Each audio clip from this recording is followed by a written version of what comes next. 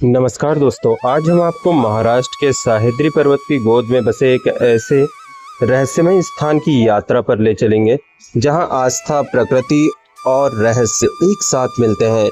यह कहानी है भीमाशंकर ज्योतिर्लिंग और उससे जुड़े अद्भुत स्थल गुप्त भीमाशंकर की।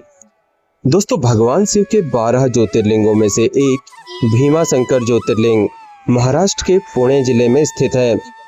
घने जंगलों और ऊंचे पहाड़ों से घिरा यह मंदिर सदियों से श्रद्धालुओं की आस्था का केंद्र रहा है। पुराणों के अनुसार यही भगवान शिव ने राक्षस भीम का वध किया था। माना जाता है कि युद्ध के बाद भगवान शिव के शरीर से निकले पसीने से भीमा नदी का उद्गम हुआ। यही कारण है कि यह स्थान केवल एक मंदिर नहीं बल्कि शिव भक्तों के लिए अत्यंत पवित्र तीर्थ है।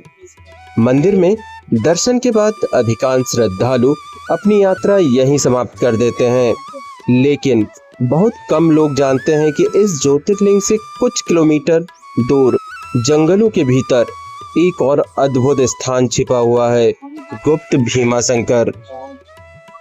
अब हमारी यात्रा शुरू होती है मंदिर से जंगल की ओर। जैसे ही आप मुख्य मंदिर क्षेत्र से आगे बढ़ते हैं, सह्याद्री के घने जंगल आपका स्वागत करते हैं। चारों ओर ऊंचे ऊंचे वृक्ष, पक्षियों की मधुर आवाज और ठंडी पहाड़ी हवा मन को एक अलग ही शांति से भर देती है। यह मार्ग किसी साधारण पर्यटन स्थल जैसा नहीं है। यहाँ चलते समय ऐसा लगता है जैसे आप प्रकृति के किसी प्राचीन रहस्य की ओर बढ़ रहे हैं। रास्ते में वहीं पत्थरों से बने प्राकृतिक मार्ग मिलते हैं तो कहीं जंगल इतना घना हो जाता है कि सूरज की रोशनी भी मुश्किल से जमीन तक पहुंचती है। दोस्तों, बरसात के मौसम में यह पूरा क्षेत्र हरे रंग की चादर ओढ़ लेता है।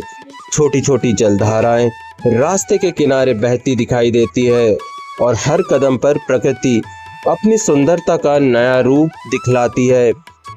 करीब 4 से 5 किलोमीटर की इस रोमांचक यात्रा के बाद आप पहुंचते हैं उस स्थान पर जिसे गुप्त भीमाशंकर कहा जाता है। पहली नजर में यह कोई भव्य मंदिर नहीं लगता। यहाँ ना ऊंचे शिखर है और ना ही विशाल प्रांगण, लेकिन यही इसकी सबसे बड़ी विशेषता है।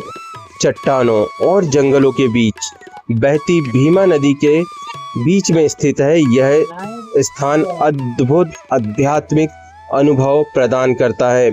मान्यता है कि भीमा नदी यहाँ कुछ दूरी तक धरती के भीतर गुप्त रूप से प्रवाहित होती है और पुनः प्रकट होती है। इसी कारण इस स्थान का नाम गुप्त भीमाशंकर पड़ा। जब आप वहां खड़े होकर बहते हुए जल की आवाज सुनते हैं तो ऐसा महसूस होता है जैसे प्रकृति स्वयं भगवान शिव का गुणगान कर रही हो। स्थानीय लोग और श्रद्धालु मानते हैं कि यह स्थान भगवान शिव की गुप्त उपस्थिति का प्रतीक है।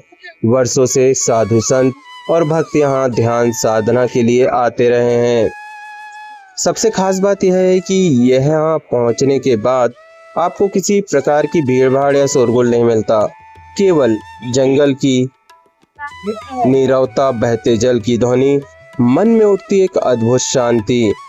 दोस्तों, गुप्त भीमाशंकर केवल एक धार्मिक स्थल नहीं है, यह हमें यह भी सिखाता है कि ईश्वर की अनुभूति हमेशा भव्य मंदिरों में नहीं बल्कि प्रकृति के गोद में भी की जा सकती है।